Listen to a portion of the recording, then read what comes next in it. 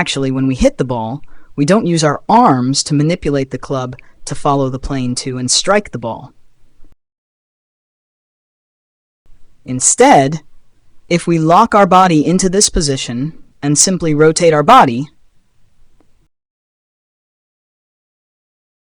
the club will naturally hit the ball. Hello everyone, I'm Jason. In a golf swing, the most important concept is, after we enter the impact zone, during the impact, how the body rotates, and how we strike the ball. If these concepts are not well understood, the most common mistake to make is chicken wing. Let's imagine this is the backswing plane. During our backswing, the hands and the club go up along this plane. When we come down on the downswing, we also follow this plane to reach this position. This is something that basically all golfers can achieve. But it's easy to make a mistake from here, because when we rotate down like this, it's the hands leading the club along this plane. We easily think it should just continue to lead the club along this plane. But do you notice a problem? The club face is open. We can't hit the ball like this.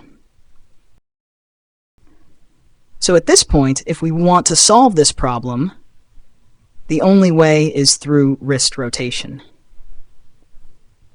If we don't rotate the body enough, and still swing in this direction, then the only method is to chicken wing. So you see, chicken wing and wrist flipping are both caused by the same reason, wrong swing concept. So what is the swing actually? When we come down like this, the arms and the club are along this path, and this is not wrong. But after reaching this position, the next move is, exaggerated way to say, is shoulder rotation. It's this kind of rotation. You can see doing this won't allow you to reach the ball. Why? Because the shoulders didn't go down. The direction of hip rotation is wrong. When we do all these things correctly, the club will naturally find the ball. This might be the hardest concept to understand in the golf swing. So today I'll introduce a drill to fix these problems. The drill is, under a half swing situation, completely not moving the hands, how to strike the ball. The key idea of this move is this. When we go into backswing and then impact to finish, during the swing, the body rotation is symmetrical. Backswing rotates to the right leg as pivot, left shoulder drops. Impact rotates back to the left leg, right shoulder drops. Please remember this motion. We don't take the club all the way to the top. We make it a half swing, meaning the arms are roughly parallel to the ground. At this time, the plane formed by the arms and the club is on our backswing plane. Why do a half swing? Because at this time, our right elbow is tucked next to the ribs.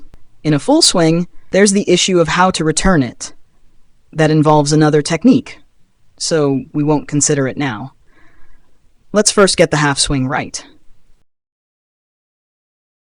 At this point, look at my movement.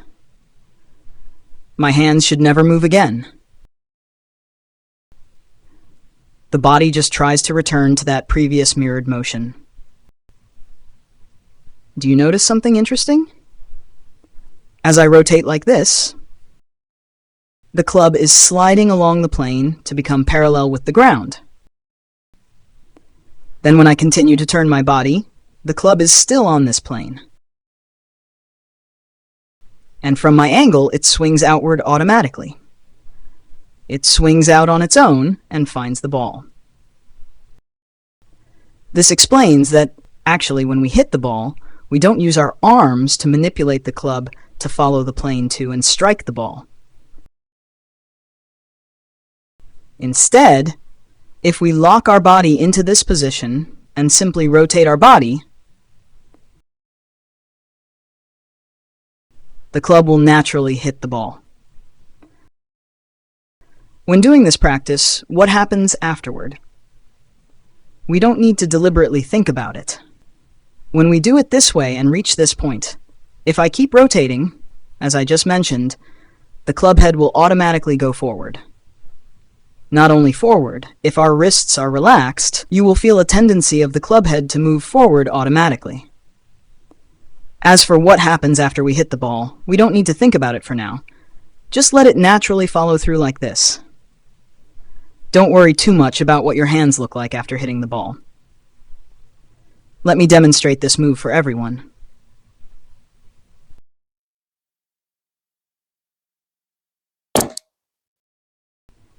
It's entirely just turning the body.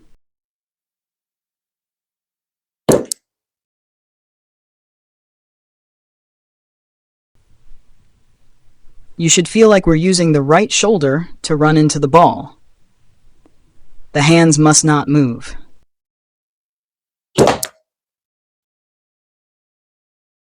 This is how to hit the ball. In this drill, there's a very important feeling. When we rotate forward from this position, meaning the club head turns from here toward the ball, our hands feel like they are in front of the club head. It's the hands pulling the club forward, and the club head flips outward automatically. After we finish hitting the ball, we should have a feeling that the club head is far out in front, and our hands are behind. You must feel this kind of transition. This feeling of transition is the effective release of the club head. There must be that feeling of pulling forward before impact. And after hitting, the club head should feel like it's in front. Absolutely don't hit like this. If you hit like this, the club head hasn't been released outward. And this kind of feeling, where the club head is still on the same line as the hands, doesn't give you the sense of the club head moving past the hands automatically. So in this drill, the second half, letting the club head pass the hands, is a key point of our practice.